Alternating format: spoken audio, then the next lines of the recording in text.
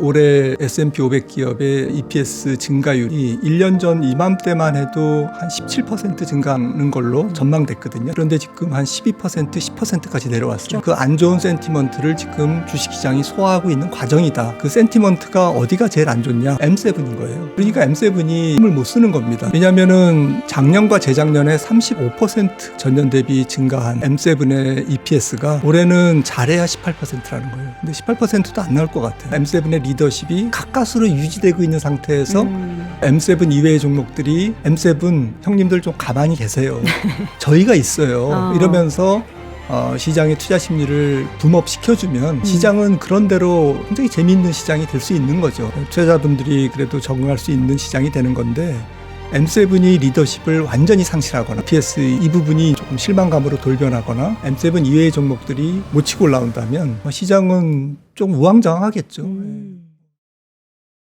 자, 이번에는 글로벌 인터뷰 3프로TV 이코노미스트 김한진 박사와 함께합니다. 박사님 어서 오세요. 네, 안녕하세요. 네, 반갑습니다. 당장에는 경기 침체는 아니다. 경기가 둔화될 수는 있어도 침체는 아니다. 그러니까 지금 시장에서 걱정하는 건 둔화될까 봐 걱정하는 거예요? 아니면 경기가 완전 꺾여서 침체될까 봐 걱정하는 거예요? 침체를 걱정하는 것 같습니다. 침체. 네, 만약에 주식시장 입장에서도 주가가 이 정도에서 멈추지 않고 네. 20% 정도, 그러니까 S&P 500 기준으로 5천이나 혹은 그 이하로 간다면 그것은 경기 침체가 와야 가능한 시나리오겠죠. 네. 그렇지 않다면 뭐 일시적으로 패닉 셀링이 있다 하더라도 뭐 최대 한 5,200. 네. 뭐 지수로 말씀드리기는 좀 그렇습니다만은 아무튼 뭐 10%에서 한 15% 조정은 뭐 일시적인 커렉션, 뭐 경기가 되지 않아도 올 수 있는 뭐 얼마든지 올 수 있는 그러한 케이스고요. 네. 만약에 그 이상 빠진다면 뭐 5,200 이하로 빠진다면 이것은 뭐 심각한 경기 침체를 동반해야 빠지는 건데요. 사실 경기 침체냐 아니냐라는 것은 좀 추상적입니다. 그래서 성장률로 말씀드리면 성장률이 미국 장기 성장률, 뭐 혹은 추세 성장률이 잠재 성장률, 추세 성장률이 뭐 1.8%라고 합니다. 네. 그래서 올해 한 1.8% 내외라면 뭐 1.7%라든지 어제 뭐 피치에서 1.7% 제시했네요. 네. OECD 같은 경우에는 기존의 2.4%에서 올해 미국 경제 성장률을 2.2%로 전망했고요. 네. 그러니까 뭐 2%를 살짝 하회하는 정도는 이제 경기 침체라고 볼 수가 없는 거죠. 잠재 성장률 이상에서 성장하는 것이니까요. 그거는 이제 주식시장이 뭐 자유롭게 뭐 5,500에서 뭐 6,000 사이에서 얼마든지 이제 스윙하는 이제 그러한 펀더멘털 컨디션을 제시하는 것이고요. 그런데 이제 결국엔 뭐 경기가 침체될 거냐 안 될 거냐, 그러니까 뭐 성장률로 따지면 1% 정도, 1.0% 정도에 가까운 뭐, 그리고 일시적으로는 그러면 분기 역성장도 가능하겠죠. 특히 1분기가 지금 굉장히 위태롭습니다. 1분기 성장률이 아마도 1% 미만이 될 확률도 높아요. 지금으로서는. 네. 지금 주식시장은 이제 그걸 소화하는 과정 같고요. 제가 볼 때는 미국 경기 뭐 둔화는 되지만 침체가 아닐 것 같다라고 생각을 합니다. 근데 이제 경기라는 것 자체가 바로 침체로 들어가는 게 아니라 둔화되다가 회복되기도 하지만 둔화되다가 침체되기도 하는 거잖아요. 근데 그 둔화가 아직은 사실 경기가 지금 둔화됐다고 보기도 좀 어렵지 않나요? 지금 둔화될 수도 있다라는 그런 약간 선행적인 지표들이 좀 꺾이고는 있긴 한데. 맞습니다. 좋은 질문이신데요. 경기가 침체되려면 둔화부터 되는 거죠. 네. 순서가 있죠. 예. 네. 갑자기 팍 침체는 뭐 코로나 이런 네, 이벤트들이 있어요. 부산 가려면 대전 대구 찍어야 되니까. 그렇죠. 그런 건데 지금 미국 경기가 굉장히 큰 경기예요. 그래서 제가 한번 차트를 한번 참고하시면 좋을 것 같은데 이게 추세 성장률 말씀드린 뭐 1.7, 1.8%고요. 이건 골드만에서 제시한 건데 이게 이제 가장 안 좋은 케이스로 가면 올해 이렇게 갈 거다. 네. 그런데 자기네들의 이제 베이스 전망은 1분기에 위축됐다가 2분기부터는 이렇게 회복돼서 2% 위에서 놀 거다. 이제 왜 그렇게 보는지에 대한 구체적인 내용은 제가 확인을 못했습니다만 제 네. 나름대로는 저도 이제 이 의견에 동의를 하거든요. 이 베이스 시나리오에 네네. 1분기는 조금 안 좋지만 하반기로 갈수록 좋을 거다. 이제 오늘 그 얘기를 좀 드리려고 나왔는데 네.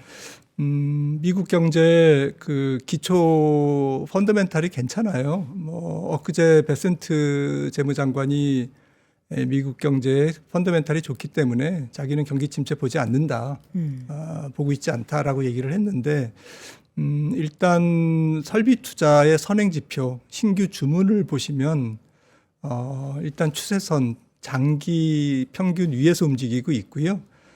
그다음에 그저께 나온 리테일 소매 판매 중에서 제가 이렇게 컨트롤 그룹만 따로 떼서 이렇게 한번 가져왔는데 이게 2월 달 소매 판매 컨트롤 그룹은 이제 뭐 휘발유라든지 자동차, 뭐 건축 자재 이런 것들을 뺀 변동성이 큰 거를 뺀 핵심 지표고 GDP에 들어갑니다. GDP에 반영되는데 1.0이 나왔어요. 네. 그러니까 1월에 일시적인 위축 때문에 사람들이 경기 침체에 대한 공포감이 굉장히 극대화됐는데 2월에 뭐 물론 이제 한 달 지표 가지고 우리가 예단하기는 어렵지만 그래도 상당히 회복이 드라마틱하게 이루어졌습니다. 그래서 가장 중요한 설비 투자의 선행 지표와 좀 가계 소비 이런 부분을 지탱하는 특히나 설비 투자를 지탱하는 요인이 요거죠. 지금 IT 부분에서의 기업들의 설비 투자 경쟁입니다. 그래서 올해 이 부분이 좀 둔화될 거는 같아요. 워낙 지난 2, 3년간 세게 지금 캐펙스가 일어났기 때문에 올해 조금 주춤하기는 하겠지만 지금 돌아가는 걸 보면 사실 중국이 지금 무섭게 쫓아오고 그렇죠. 있잖아요. 뭐 지금 BID 뭐 슈퍼 충전 얘기도 간밤에 나왔고, 그전에 뭐 딥시크도 있었고요. 그래서 미국 기업들이 혹은 뭐 미국 정부가 이거를 상당히 늦출 가능성이 없어 보여요. 제가 볼 때는 더 빠르게 네, 이거는 뭐 더 오히려 기업들이 눈에 내겠다. 불을 밝히고 뭐 지금 젠수랑도 굉장히 뭐 고성 컴퓨팅 얘기를 했잖아요. 네. GTC에서 이런 부분들이 이게 조금 생리상 IT 그다음에 AI 산업의 생리상 이게 피크아웃 하기에는 조금 아직은 너무 시기상조다 그렇게 보기에는 그런 부분 그러니까 다른 부분은 지금 약해요. 뭐 자동차라든지 뭐 전통적인 설비 투자는 약한데 이 IT의 설비 투자가 올해도 주춤은 하겠지만 꺾일 거냐라는 부분에 대해서는 그렇지 않을 가능성이 높다라는 것이죠. 첫 번째 이유는 이제 핵심적인 여러 가지 지표들을 보여주셨는데 그게 이제 꺾이지 않을 것이고 지금 추세를 당분간은 더 이어질 것이다. 이게 뭐 계속해서 올라가지는 않겠지만 지금 당장에 뭐 경기에 대한 우려가 있다고 기업들이 최근에 뭐 낙관지수 뭐 이런 것도 발표가 되고 기업들이 향후에 대해서 투자를 줄이고 어떻게 될지 모르는 관세 불확실성 때문에 지금 좀 지켜보고 있다. 맞습니다. 이런 내용들이 많이 보도가 되고 있긴 하지만 실제 데이터로는 그래도 그 추세는 유지되고 있다. 네, 또 미국 경기는 항공모함이기 때문에 이게 경기 예측이 오히려 조금 쉬운 면이 있다. 변하면 이제 서서히 변하는데 가계의 컨디션이 지금 나쁘지 않습니다. GDP 대비 가계부채가 계속 빠지고 있어요. 우리나라와는 정반대로. 오히려. 네, 그리고 뭐 기업의 신용도를 나타내는 여러 가지 지표들, 뭐 하이힐드 스프레드라든지 하이힐드 금리, 투자 부적격 투기 등급 회사채 금리와 국채 금리와의 스프레드 이런 것들이 역사적으로 굉장히 낮은 수준, 조금 올라오긴 했습니다만은 이런 그 신용 쪽에서 크게 큰 위축되는 상황은 아직은 안 보여요. 물론 이제 별안간 뭐 3년, 2년 전에 나왔던 뭐 지역은행 파산 뭐 이런 것들이 뭐 느닷없이 나올 수는 있겠죠. 그렇죠. 하지만 이제 그런 신호가 잘 잡히지 않아요. 단지 뭐 모기지 금리가 비싸서 주택 수요가 조금 둔화되고 뭐 이런 정도. 그런 정도만 보여서 오히려 미국 경제는 뭐 조금 예측 가능한 면이 더 있다라고 생각을 합니다. 두 번째 이유는 금리. 네, 그분? 내일 새벽에 한국 시간으로 이제 FMC 연준이 죠? FOMC가 있는데 그래서 이제 프리뷰 겸 음. 한번 말씀을 좀 드려야 될 것 같아서 뭐 내일 나와봐야 알겠습니다만은 제 생각에는 약간 비둘기적 동결일 것 같아요. 그러니까 발언을 조금 더 네. 추가 인하에 대해서 이야기를 동결은 해야겠다. 하지만 추가 인하에 대한 가능성은 조금 많이 열어놓는. 근데 그 추가 인하 얘기할 때 혹시라도 경기가 침체될 것이다라는 우려가 있는 상황에서는 인하도 단행한다 이런 얘기를 안 했으면 근데 좋겠는데. 파월 의장은 뭐 언어의 달인이기 때문에 네. 굉장히 뭐 달인이죠. 그래서 아마 좀 뭐 성장률에 대해서는 낮출 것 같고요. S&P에서. 그래서 2.1%는 너무 지금 분위기상으로는 높아요. 그래서 2% 약간 하회하는 쪽 1.9%나 1.8% 제시하지 않을까라고 생각을 하고 있고요. 근원 PC도 지금 2.5%를 살짝 뭐 0.1%포인트 올리지 않을까. 조금 큰 의미는 없습니다. 그 얘기는 조금 뭐 관세라든지 이런 끈적끈적한 인플레이션 요인도 있지만 네. 경기가 기본적으로 나쁘지 않다라는 것을 전제하기 때문에 근원 PCE 물가가 서서히 잡혀간다라는 연준의 기조를 S&P를 통해서 좀 표현할 것 같습니다. 네. 그리고 전체적인 뭐 파월의 멘트는 아마도 뭐 지금 시장의 기대를 그렇게 저버리는 그러니까 보다 더 우리가 주목해야 될 것은 미국 경기가 심각한 침체에 들어가기 전이지 않습니까? 들어갈지 안 들어갈지는 아무도 모르지만 네. 저는 이제 들어갈 확률이 한 30%밖에 안 된다라고 지금 생각을 하고 있는데 그럼에도 불구하고 연준은 한 100bp 정도 인하 룸이 있다. 인하할 수 있는 총알을 갖고 있다라고 시장에 어나운스를 계속 할 것 같아요. 네. 그러면 이게 연준의 일종의 그 실물 경제에 대한 또 주식 시장에 대한 연준의 푸시죠. 연준의 조금 그 부양 정책을 표시하는 겁니다. 그래서 현재 4.5%의 금리는 기준 금리는 한 100bp 인하가 충분한 여유를 의미합니다. 그래서 제 생각에는 올해 2번 인하도 더 한 3번까지도 할 수 있다라는 뉘앙스를 아마 파월 의장이 조금 밝히지 않을까라고 생각을 하고요. 일단 점도표에서 지금 2번 인하로 지금 보여주고 있지 않습니까? 지난 12월 FOMC에서. 네. 지난 12월 FOMC입니다. 그래서 3개월 만에 이제 이게 점도표가 또 나오는데 아마도 조금 하향 조정되지 않을까 점도표가. 그러니까 3.9에서 3.9의 이게 중간값이 올해 기준금리 중간값이 뭐 약간 한 0.1%나 0.15%포인트 내려가지 않을까. 그러니까 뭐 중간값이니까 상징성이 있는 거죠. 네. 그러면 50bp 플러스 알파라고 이제 조금 시장에서 받아들이지 않을까 싶습니다. 이번에 이제 금리 인하는 단행되지 않겠지만 파월 의장의 발언이 어느 때보다도 중요할 것 같고 또 점도표가 공개가 되기 때문에 지난번 12월에 찍혔던 점에서 혹시라도 뭐 줄어들거나 뭐 고정이 된다라면 2번 정도의 고정이 된다라면 괜찮겠지만 줄어든다거나 혹은 뭐 더 늘어나는데 그 늘어나는 데 있어서의 이유가 시장이 원하지 않는 이제 침체에 대한 가능성을 두고 인하를 더 해야 된다라는 식의 얘기만 없으면 무난할 것으로 예상이 무난하겠죠. 되는데 네. 부디 무난하기를 바라보도록. 왜냐면 최근에 뭐 트럼프 대통령이 그 이전에 있었던 판례까지 막 이렇게 건들면서 파월 의장의 자리를 위협하려는 그런 움직임들이 좀 있긴 하더라고요.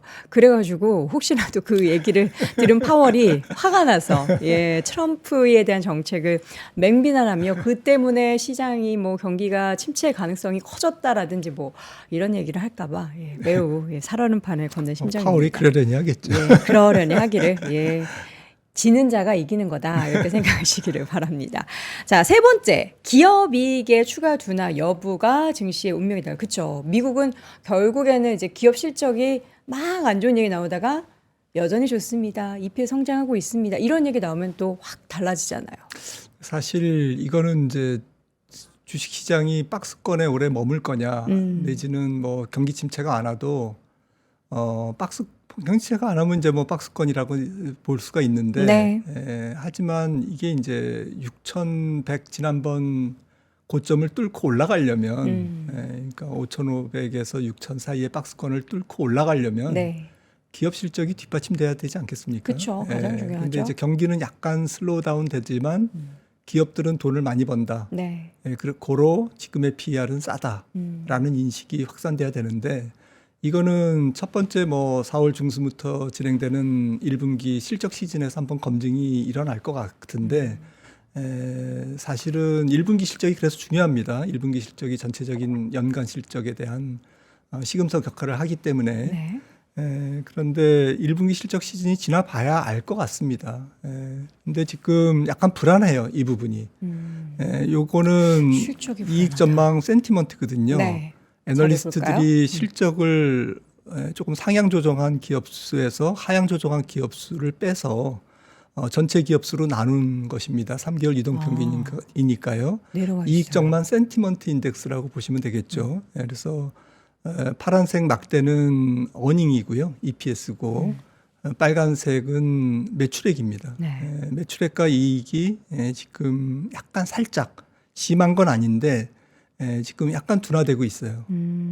그러니까 지난번에도 말씀드렸듯이 올해 S&P 500 기업의 EPS 증가율이 1년 전 이맘때만 해도 한 17% 증가하는 걸로 전망됐거든요, 작년 대비. 네.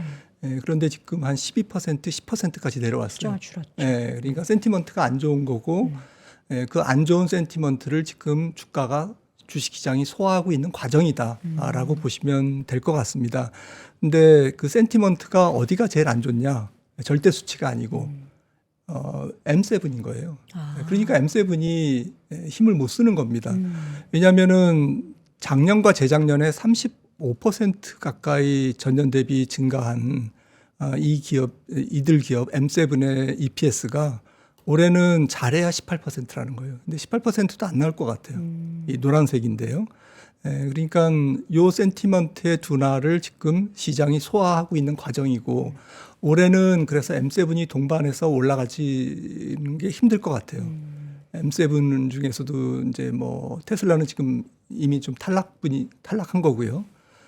고점에서 지금 뭐 절반이 빠졌으니까. 나머지 종목들도 상당히 좀 돌아가면서 올라가든지 아니면 돌아가면서 빠진다든지 M7에서 이탈한다든지 이런 모습이 올해 증시에 조금 가장 불안한 요인이고요. 지수를 유지하기가 어렵게 만드는, 그러니까 이런 부분이 조금 해소가 돼야 된다라는 거죠. 시간이 좀 걸린다라는 말씀이고요. M7 이외의 종목들을 보시면은 녹색인데 네. 모멘텀이 좋습니다.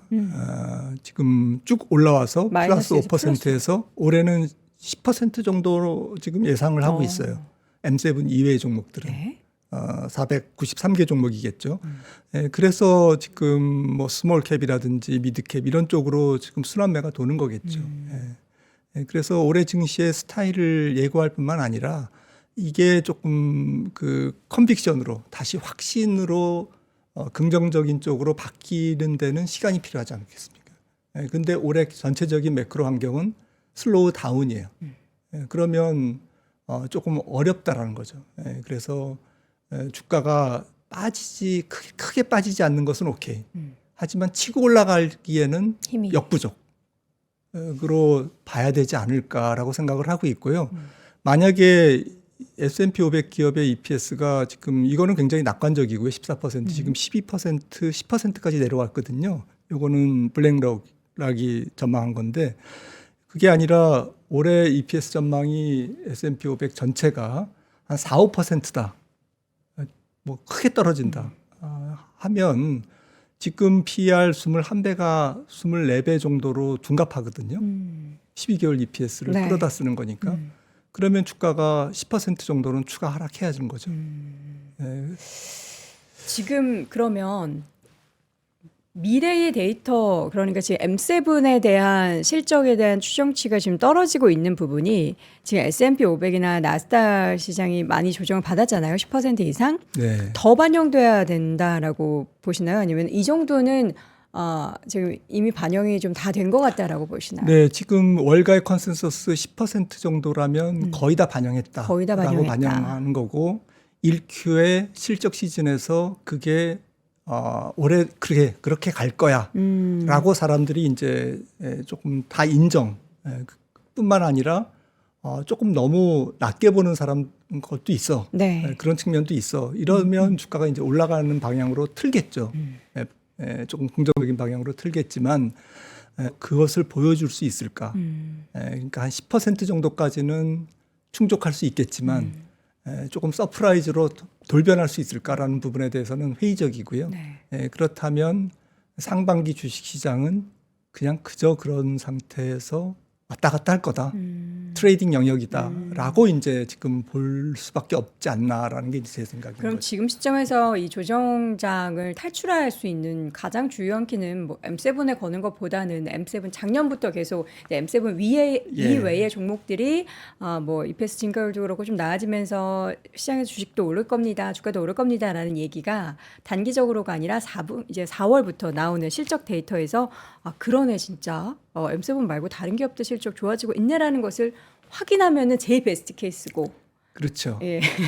투자 심리가 M7 이외의 종목들이 M7이 아주 망가지지 않는 상태에서 M7의 리더십이 가까스로 유지되고 있는 상태에서 M7 형님들 좀 가만히 계세요.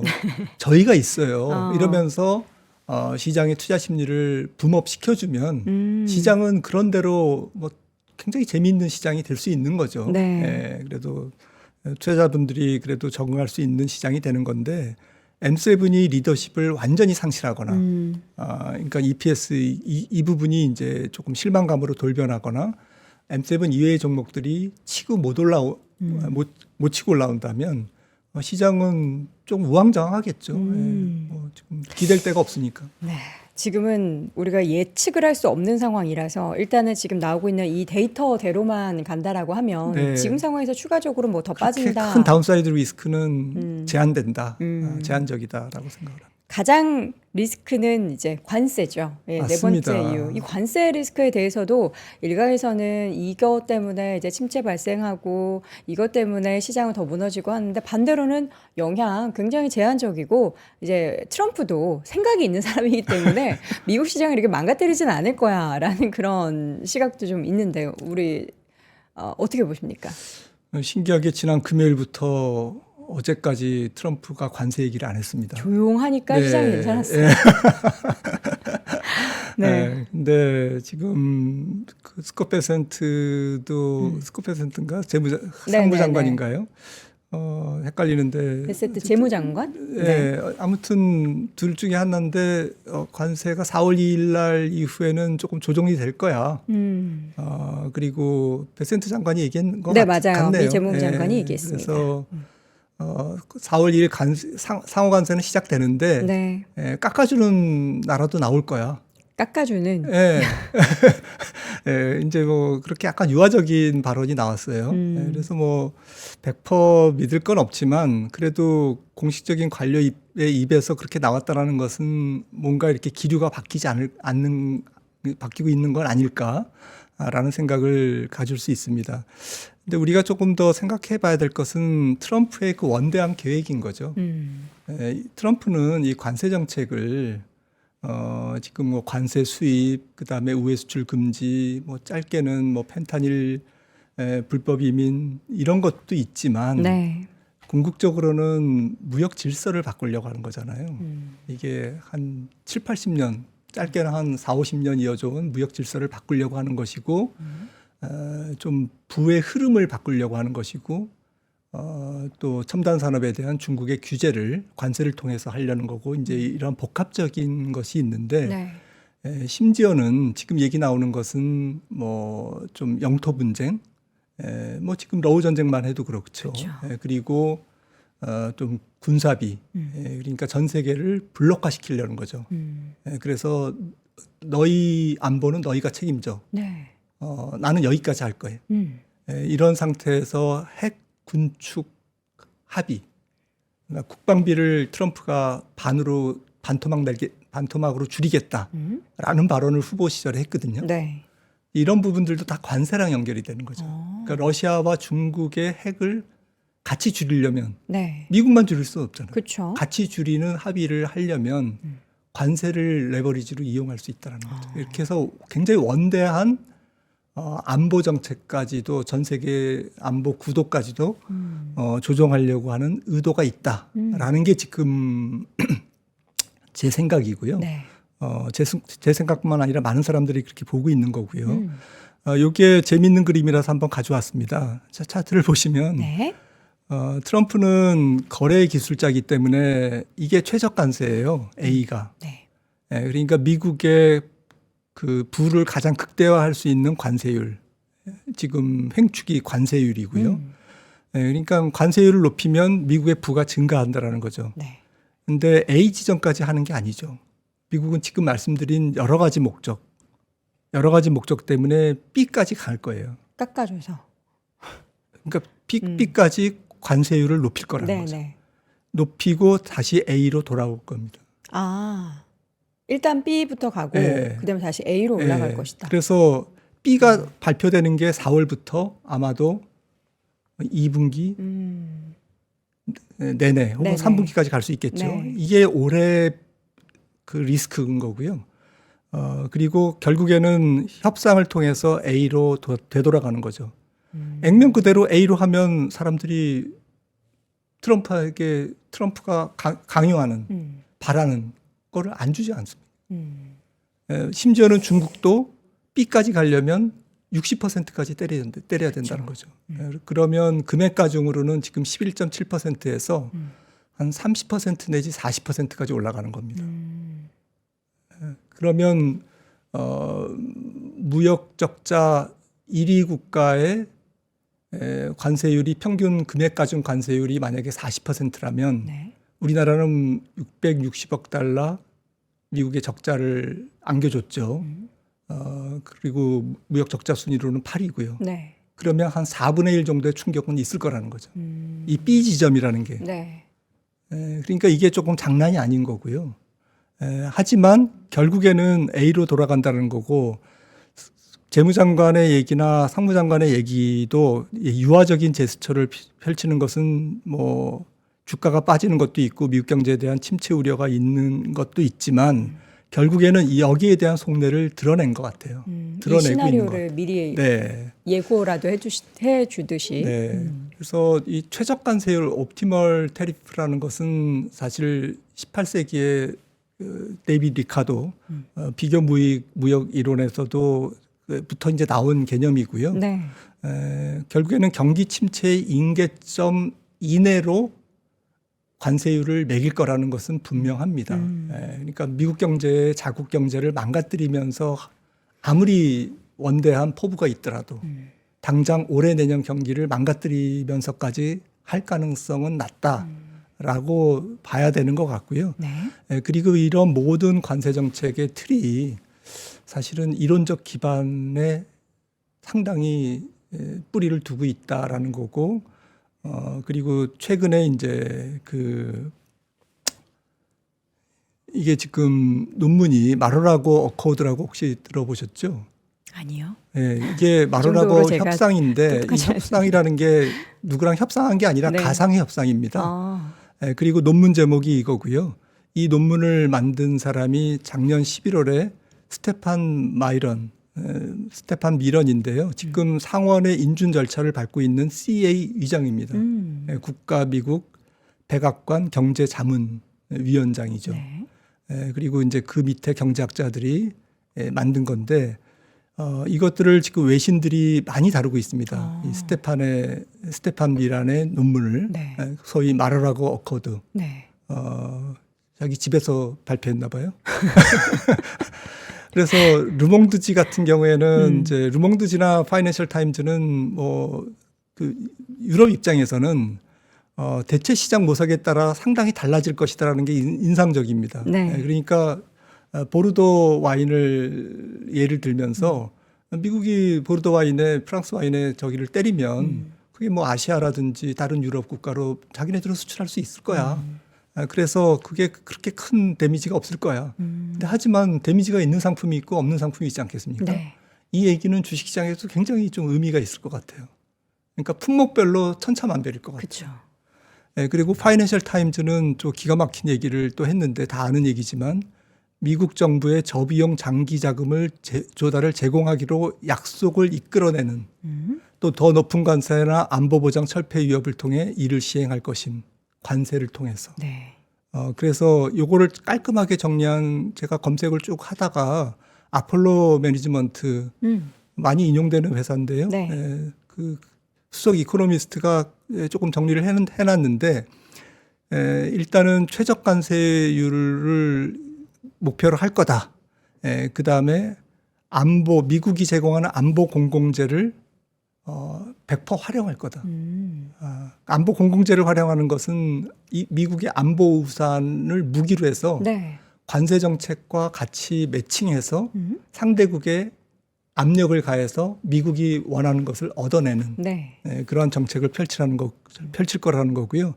궁극적으로는 재무적으로 100년 제로 쿠폰 본드로 교환하는 그거를 관세를 레버리지로 압박해서 이끌어내겠다 낼 가능성이 있다라는 거죠. 네. 그러니까 미국의 부채 구조 조정 프로젝트입니다. 그러니까 우리나라가 갖고 있는 미국 국채를 100년 국채 제로 금리로 바꿀 수 있다라는 거죠.